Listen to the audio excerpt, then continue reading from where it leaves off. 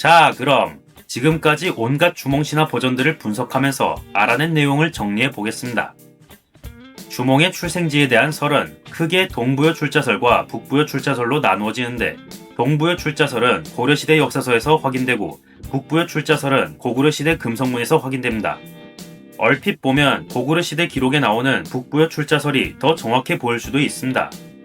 그러나 실제로 분석해 보니 고려시대 역사서가 겉으로는 동부여 출자설만을 말하는 것 같아 보이지만 사실은 북부여 출자설이 반영되어 있는 것이며, 고구려시대 금성문이라고 해서 무조건 역사적 사실을 그대로 전한 것도 아니었습니다.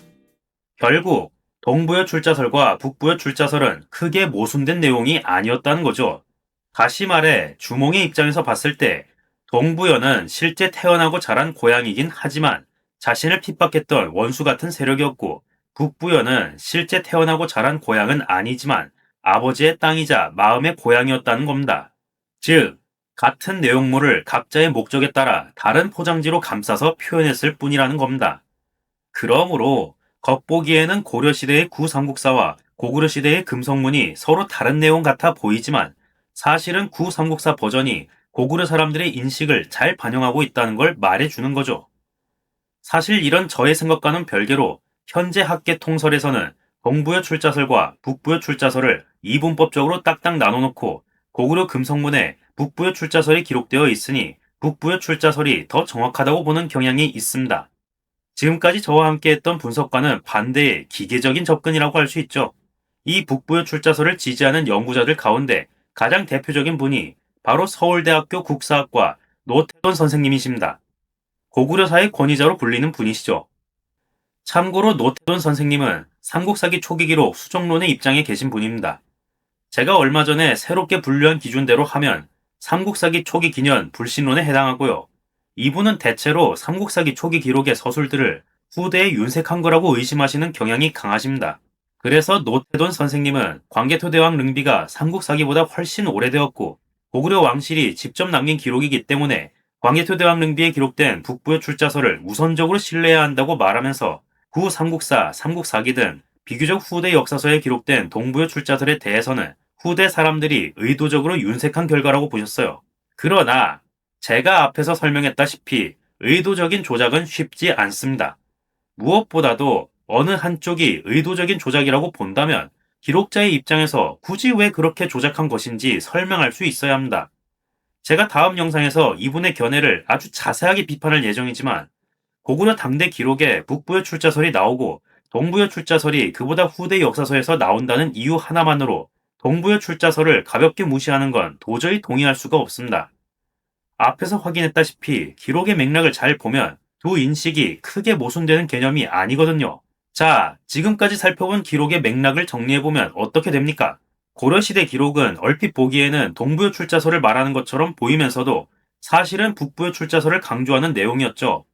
그리고 고구려시대 기록은 북부여 출자설을 전면으로 내세우는 한편 동부여에 대한 언급을 최대한 피하고 북부여만 강조하는 내용이었고요. 그런데 일부 보수적인 연구자들은 이러한 기록의 맥락이나 기록자의 의도 같은 건 제대로 파악하지 못한 채 기계적인 분석만 이어왔던 것이죠. 그런 점에서 생각해 봤을 때 통설에서 주장하는 동부여와 북부여의 실체에 대해서도 우리가 그대로 받아들이기보다는 다시 한번 비판적으로 생각해 볼 필요가 있습니다. 동부여와 북부여의 실체에 대한 저의 생각은 조만간 제대로 다루고자 합니다. 그럼 동부여 출자설에 이어 북부여 출자설까지 모두 살펴보았으니 지금까지 살펴본 주몽신화의 변천 과정을 정리하며 이번 영상을 마치도록 하겠습니다. 현존하는 주몽신화 버전들 가운데 최초 오리지널 버전은 구삼국사 버전과 광개토대왕 릉비 버전이라고 할 수 있습니다. 물론 역사서에 기록된 시기만 따진다면 구삼국사가 한참 후대에 문자화된 건 맞습니다. 그러나 구삼국사 버전의 주몽신화 자체는 고려시대에 처음 창작된 게 아니라 이전에 있었던 기록을 옮겨 쓴 것입니다. 아마 삼국시대 말 혹은 통일신라 시대에 고구려 유민들이 쓴 자료를 옮겨 썼겠죠. 그리고 그 이전 자료 역시 고구려 후기의 공식 역사서인 신집을 참고했을 가능성이 높습니다. 신집 역시 고구려 전기의 역사서인 유기를 요약한 것이고요. 따라서 구삼국사 버전의 주몽신화는 고구려 전기의 인식을 옮겨 쓴 것일 가능성이 높습니다. 실제로 구삼국사 내용 자체도 고대인들의 사상을 잘 반영하고 있으며 광개토 대왕릉비 버전과 비교했을 때도 큰 모순이 없었고요. 그러므로 저는 구삼국사 버전과 광개토 대왕릉비 버전 모두 비슷한 시기의 인식을 반영하고 있으며 현존하는 버전들 가운데 가장 오래된 오리지널 버전이라고 생각합니다. 다만 같은 오리지널 버전이어도 서술 방식에 따른 약간의 차이가 있는데 구삼국사 버전은 풀 버전이며 광개토 대왕릉비 버전은 엑기스 버전이라고 할 수 있습니다. 왜냐하면 구삼국사 버전은 종이나 죽간에 옮겨 쓰는 역사서 형식을 갖췄기 때문에 원래의 내용을 전부 기록하는 게 가능합니다. 그런데 광개토 대왕릉비 버전은 역사서가 아닌 비문이기 때문에 분량에 한계가 있으며 올바른 역사 편찬이 아닌 고구려 왕실의 위엄을 드높이는 걸 목적으로 만들었기 때문에 최대한 왕실에 유리한 내용으로만 선별해서 기록해야 되거든요. 즉, 내용을 왜곡한 건 아니지만 최대한 엑기스만 뽑아내서 바위에 새겼다는 말이죠. 한편 광개토 대왕릉비와 마찬가지로 고구려 시대 기록인 모두루 묘지명은 역사서라기보다는 일종의 가문 선전물이라고 할 수 있습니다. 사실 제작 목적이 자신의 가문을 드높이기 위함이라는 건 광개토 대왕릉비도 마찬가지긴 해요. 그런데 모두루 묘지명은 가문 선전물로서의 성격이 광개토 대왕릉비보다도 유독 더 강합니다. 그럴 수밖에 없는 게 광개토 대왕릉비는 많은 사람들이 볼 수 있도록 지상에 세워둔 것에 반해 모두루 묘지명은 자기 가문 사람들만 볼 수 있도록 어두운 무덤방 안에 넣어두었기 때문입니다. 즉, 광개토 대왕릉비가 좀 더 공적 기록물에 가깝고 모두루 묘지명은 완전한 사적 기록물이었다는 거죠. 가문 족보나 행장 있죠? 그런 거랑 비슷하다고 보시면 돼요. 이런 식의 열람이 극히 제한된 사적 기록물은 남들의 평가를 받을 일이 없기 때문에 역사를 무조건 사실 그대로 전달해야 한다는 부담이 없고 사실 관계를 가문에 유리한 방향으로 비트는 것이 가능합니다. 솔직한 말로 가문 족보나 행장 내용들 역사적 사실 그대로 믿지는 않잖아요. 모두루 묘지명도 그런 개념에서 이해해야 돼요. 그나마 족보는 책 형태로 간행되기 때문에 남들이 읽어볼 여지라도 있는데 이건 그냥 무덤방에 넣어놓는 거니까 남들 눈치 볼 이유가 전혀 없죠. 국가적으로 묘지명 내용을 일일이 통제할 수도 없는 노릇이고요. 물론 모두루 묘지명의 내용이 의도치 않게 모두루 가문 외부에 공개되어 고구려 왕실의 귀에까지 들어갈 확률이 조금이나마 있을 수 있겠죠.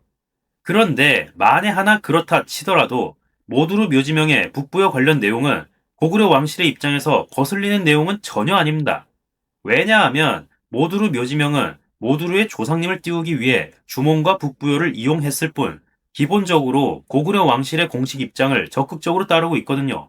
추모 성왕이 신성한 혈통이라는 것도 강조했고 추모 성왕의 혈통적 기원인 북부여를 강조하다 못해 아예 추모 성왕이 태어난 고향이자 세상에서 가장 신성한 땅으로 선전한 게 그 예시죠.